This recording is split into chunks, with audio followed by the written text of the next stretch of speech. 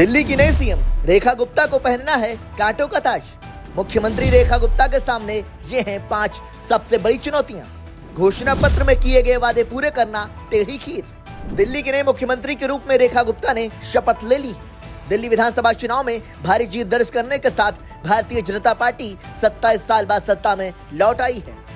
खराब सड़कें, टूटी सीवर लाइन से बहता गंदा पानी, कूड़े के ढेर, मोहल्लों की चरमरा चुकी सफाई व्यवस्था से ग्रस्त लोगों की उम्मीदों को पंख लग चुके हैं। लोगों को ऐसा लगता है कि बीजेपी की सरकार बनते ही उनकी तमाम समस्याएं छूमंतर हो जाएंगी। हालांकि भारतीय राजनीति को लेकर ऐसा कहा जाता है कि सरकारें आती जाती रहती हैं, लेकिन समस्याएं जस की तस बनी रहती हैं। बहुत कम ही ऐसे मुख्यमंत्री होते हैं जिनके कार्यकाल में व्यापक परिवर्तन देखने को मिलता है। दूसरे, दिल्ली अभी पूर्ण राज नहीं है।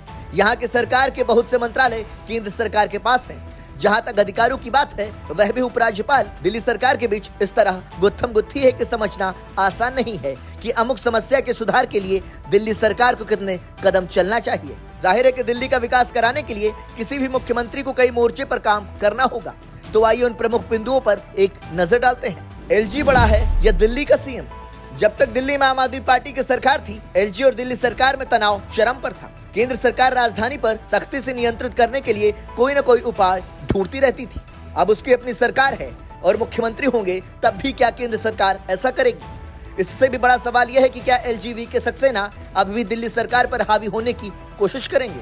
कानूनी रूप से दिल्ली का उपराज्यपाल अब दिल्ली की चुनी हुई सरकार से बहुत ज्यादा पावरफुल हो चुका है। अब ऐसे में लीगल रूप से अधिक ताकतवर होकर भी क्या उपराज्यपाल दिल्ली के शासन प्रशासन के साथ नरम रुख अख्तियार करेंगे? दरअसल यमुना की सफाई का काम दिल्ली सरकार के गठन से पहले ही शुरू करके वीके सक्सेना ने बता दिया है कि वह अपना महत्व कम करने वाले नहीं हैं। तो दूसरी तरफ बीजेपी संगठन भी यही चाहेगा कि सीएम के रूप में रेखा गुप्ता भी एलजी के प्रभाव में न रहकर काम करें। आपको बता दें कि 2023 में एक अध्यादेश के जरिए राष्ट्रीय राजधानी नागरिक सेवा प्राधिकरण की स्थापना की गई है। इस प्राधिकरण में मुख्यमंत्री, दिल्ली के मुख्य सचिव और दिल्ली के प्रमुख गृह सचिव शामिल हैं। यह प्राधिकरण अधिकारियों के तबादलों और नियुक्तियों के बारे में और अनुशासन से जुड़े मामलों में उपराज्यपाल को सुझाव दे सकता है। इसका सीधा मतलब है कि दिल्ली में जनता द्वारा चुनी गई सरकार को अधिकारियों की नियुक्ति, स्थानांतरण या तैनाती का अधिकार नहीं है।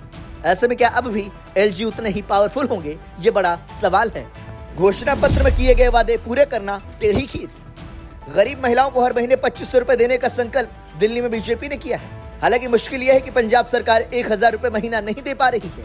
महाराष्ट्र में भी सरकार कई योजनाओं को लागू करने में परेशानी महसूस कर रही है। वहीं कर्नाटक में जनता से किए गए वादे पूरे करने में अभी तक का रिकॉर्ड बेहद खराब है। और दिल्ली में भी मुफ्त बिजली, मुफ्त परिवहन ही मुश्किल से पिछली सरकार पूरा कर पा रही थी। वहीं बीजेपी ने अपने संकल्प पत्र में दिल्ली के लोगों को 10 लाख रुपए तक का मुफ्त इलाज करने का भी वादा किया है। बीजेपी ने कहा था कि 5 लाख रुपए तक का इलाज आयुष्मान योजना और बाकी 5 लाख रुपए दिल्ली में बीजेपी की सरकार देगी। इसके अलावा ओपीडी सुविधाओं और लैब टेस्ट भी मुफ्त करने का वादा किया गया है और ये सब पूरा करना आसान नहीं होगा। आम आदमी पार्टी के रूप में है एक मजबूत विपक्ष। भाजपा ये बात अच्छी तरह समझती है कि दिल्ली में आम आदमी पार्टी की पकड़ बिल्कुल खत्म नहीं हुई। आम आदमी पार्टी 14 सीटों पर जितने वोट से हारी है, उससे ज्यादा वोट उन सीटों पर कांग्रेस को मिले हैं। हालांकि केंद्र सरकार के समक्ष दिल्ली की बीजेपी सरकार कमजोर दिखेगी, तो आम आदमी पार्टी बिना समय गंवाए भुनाना चाहेगी। यूं भी आम आदमी पार्टी और उसके नेता अरविंद केजरीवाल जब सत्ता में थे तो उनके विरोध का लेवल बहुत हाई होता था। अब तो विपक्ष में है, इसलिए उनकी बोली और भी तीखी हो सकती है। विधानसभा के अंदर आम आदमी पार्टी का संख्या बल और बाहर आम आदमी पार्टी की सधी हुई तैयारी से बीजेपी सरकार के लिए निपटना आसान नहीं होगा। एमसीडी पर नियंत्रण अब भी आपके पास। एमसीडी फिलहाल आम आदमी पार्टी के नियंत्रण में है। रोजमर्रा की जिन समस्याओं से आम लोगों का हर दिन आमना सामना होता है, उनके निवारण का काम एमसीडी के पास है। जाहिर है कि आम आदमी पार्टी का सहयोग तो मिलने से रहा। फिलहाल केंद्र सरकार के पास 2 विकल्प होंगे। पहला, वह एमसीडी भंग करे और नए चुनाव कराए, जबकि दूसरा, आयुक्तों के जरिए निगम चलाए। जाहिर है कि ये इतना आसान नहीं होने वाला है। दिल्ली की जर्जर तस्वीर बदलना बड़ी चुनौती।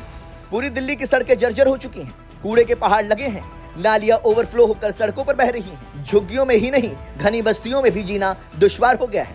ऐसे में गर्मी आते ही पानी और बिजली की किल्लत सामने आने वाली है। इन सारी समस्याओं को एक साथ हल करना आसान नहीं होने वाला, जबकि गर्मी के खत्म होते ही बरसात शुरू हो जाती है। बरसात से पहले गलियों में पानी भरना, थोड़ी ही बरसात में मोहल्लों के डूब जाने से बचाव के लिए बहुत बड़े पैमाने पर काम करना होगा। वहीं पब्लिक चाहेगी कि कोई जादुई छड़ी से सारी समस्याओं को हल कर दिया जाए। जाहिर है कि एमसीडी, केंद्र सरकार और एलजी के बीच कोऑर्डिनेशन बनाकर चलने के लिए बहुत धैर्य की जरूरत होगी और यही दिल्ली की नई मुख्यमंत्री रेखा गुप्ता की असली परीक्षा होगी। ब्यूरो रिपोर्ट, संदेश वाहक।